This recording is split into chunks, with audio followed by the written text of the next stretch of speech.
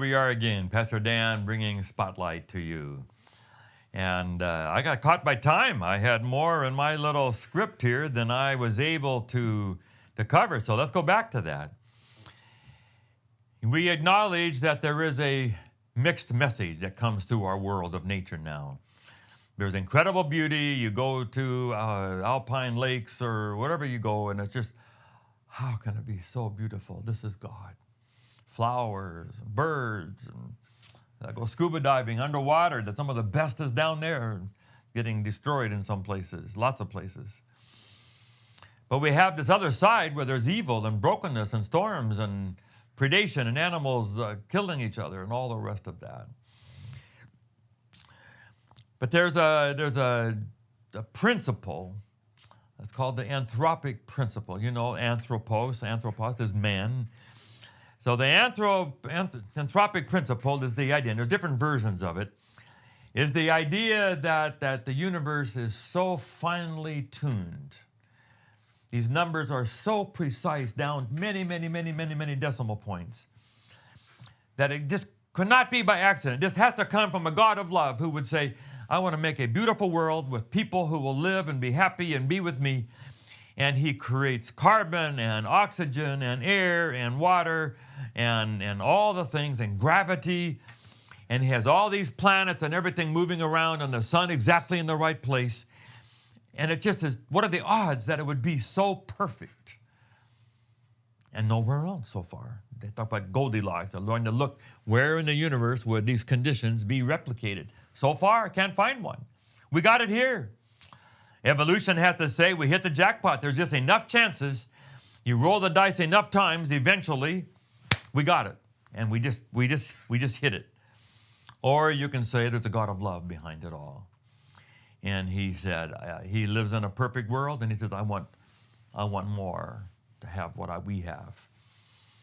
I choose that. The odds are too great that it would be so amazing and so powerful. The human body, the solar system, and the universe, and gravitational pull. And one man named Hugh Ross, I read a book that had 60 different numbers in it with many decimal points, science that I could not begin to understand or explain.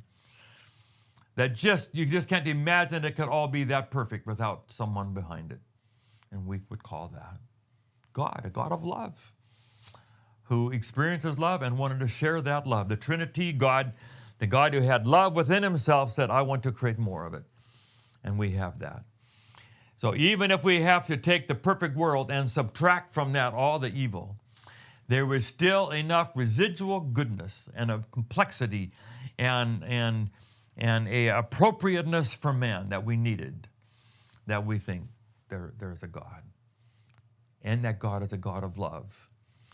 Now, whether we can do what C.S. Lewis was trying to do and build a whole system of belief all from the bottom without having to sort of say, I got to start with my holy book. And we understand the logical challenge of that. Why do you choose that as your holy book? Well, because I compared it to all the others. Well, now you're using your mind. And so there is a role for reason in all of this. Reason guided by the Holy Spirit, guided by God. And I'm not a philosophical expert able to navigate all of that. So I respect those who can try to do what C.S. Lewis was trying to do. But ultimately, we need God and the Bible and the Holy Spirit to help interpret and make sense of it all.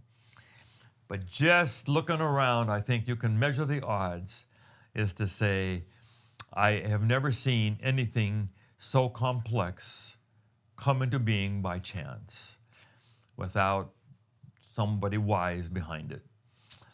And by principle of analogy, when I haven't been able to see that anywhere else, I've never seen anything just pop into being.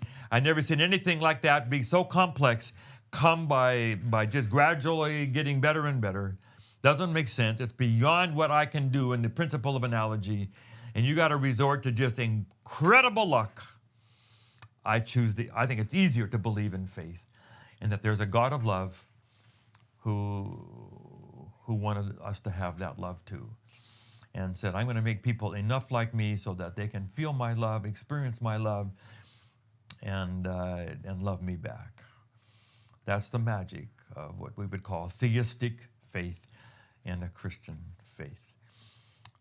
Doesn't have to be. You can doubt it. You can choose the evolutionary model and say that's just nature. And what about this? And what about crocodiles attacking people? And what about? Yes, that's all there. We choose to see that as a brokenness within a original pristine creation. Other people choose to say, we're coming out of the swamp and we're getting better and better. We don't need a God. We can do this on our own. We can get good education and get better politics and United Nations and the people at Stanford and MIT and all the other smart places. We're eventually going to figure it all out. And the World Economic Forum and all these other smart people, we're going to create a world and we'll solve all the viruses and we'll never have to need a God on top of all this. Or you can say, I think a God of love is behind it all. That's the faith decision. And I choose faith. Hebrews says, without faith, you have to have faith. You have to believe that He is and that He is a rewarder of them. So God is this kind of God. There is a God. You can learn that. But to learn that God is a rewarder, maybe we can get some of that from general revelation and nature, but we're going to need a God of the Bible. So we'll go on to some of that over the next couple 3 times. This is Spotlight. Be with us again. God bless. Thank you for watching Spotlight. We're so excited about this. We hope that you'll subscribe and so you'll get all of them. And please just forward it on to others and tell other people about it. And let's just see what kind of an audience we can get for these messages of Spotlight. God bless you.